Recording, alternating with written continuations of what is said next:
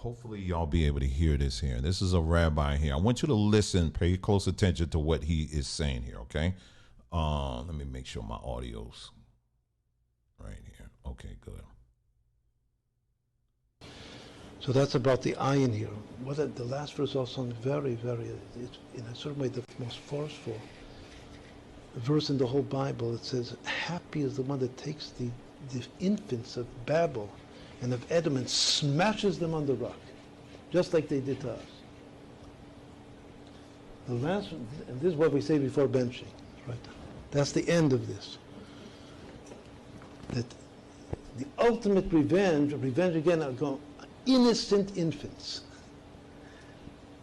Happy is the one that takes the infants and smashes them and kills them on the rock.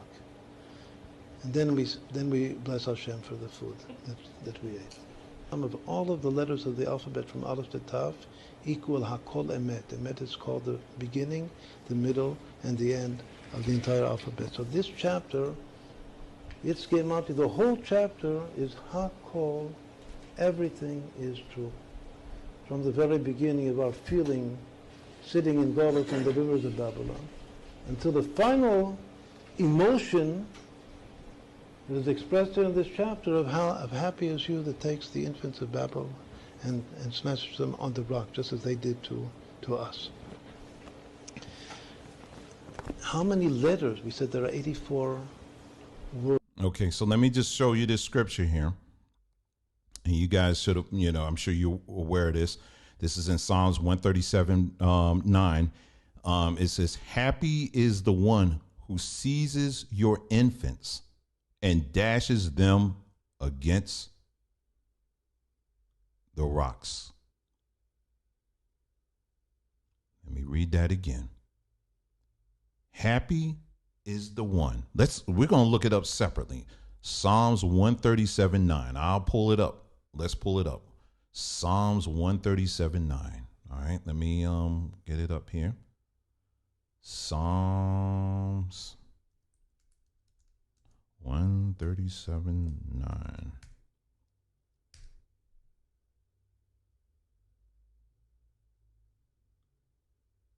Okay, let's get out the New International Version, because I know that's the devil. That's the devil version, right?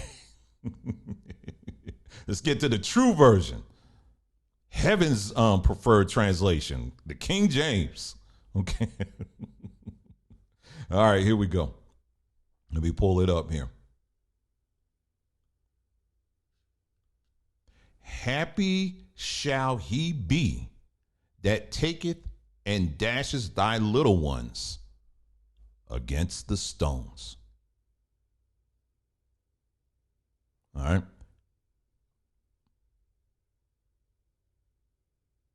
And I'll just start at verse 4 on here. How shall we sing in the Lord's song in a strange land?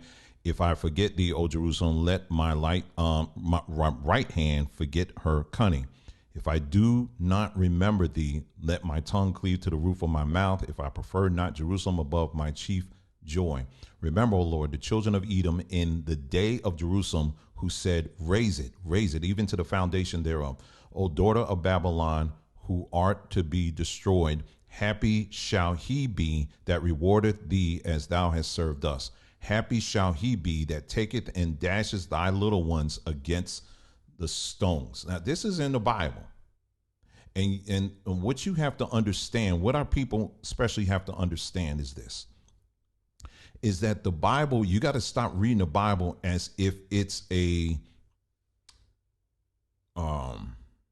just a book. Because you got to understand, first and foremost, the people who wrote this thing. And it wasn't your grandma and it wasn't your great grandmother.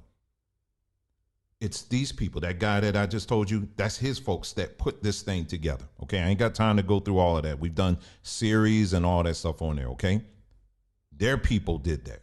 Okay, and what you got to understand about these people, they are very heavy in hiding things, particularly with numerology.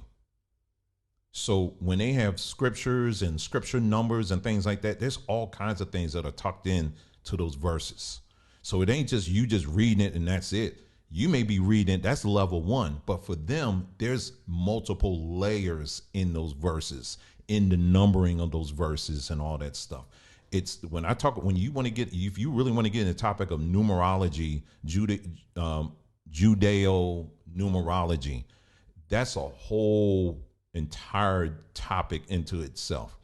And it's especially baked into the Bible. Okay. So here you have a scripture in there that's saying that happy is he taking little babies and smashing them on the rocks.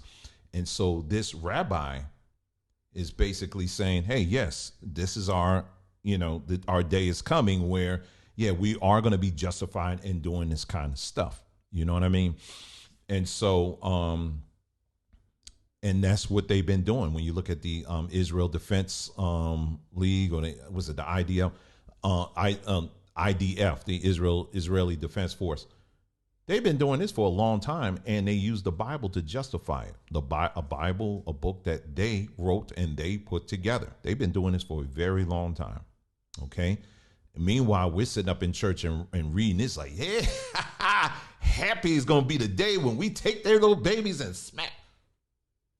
We used to read this kind of stuff and be like, oh, yeah, I can't wait till the day. Now, let me ask you, let me see who I got in the house.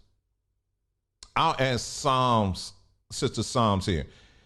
Sister Psalms, can you see yourself in a future day, even if you're dealing with your enemies, going out to the people you perceive as your enemies, snatching their children and doing what this verse says? Can you visualize yourself doing that? I'm just going to ask, just can you visualize yourself doing that?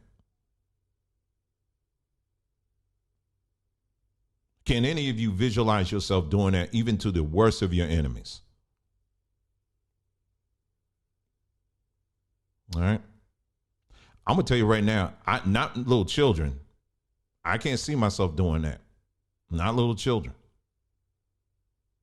But we would read these verses over and over again and say, yes, this is a joy as a people. I'm talking about now black folks now, black people. Okay. I'm talking about black Americans or whatever. When you look at our history, there is never a time in our history where we took joy in doing that to children. Never a time in our history where we took joy in that. Never a time. See, I'm trying to tell you, I'm trying to point out things that are inconsistent with calling this your culture. But yet we would read this in scripture and be like, yeah, that day is coming, child. We ain't doing that. That's not our stuff. But when you study their history, they all about that stuff. But as a people, we don't do that kind of stuff. You understand what I'm saying? That's just an example there.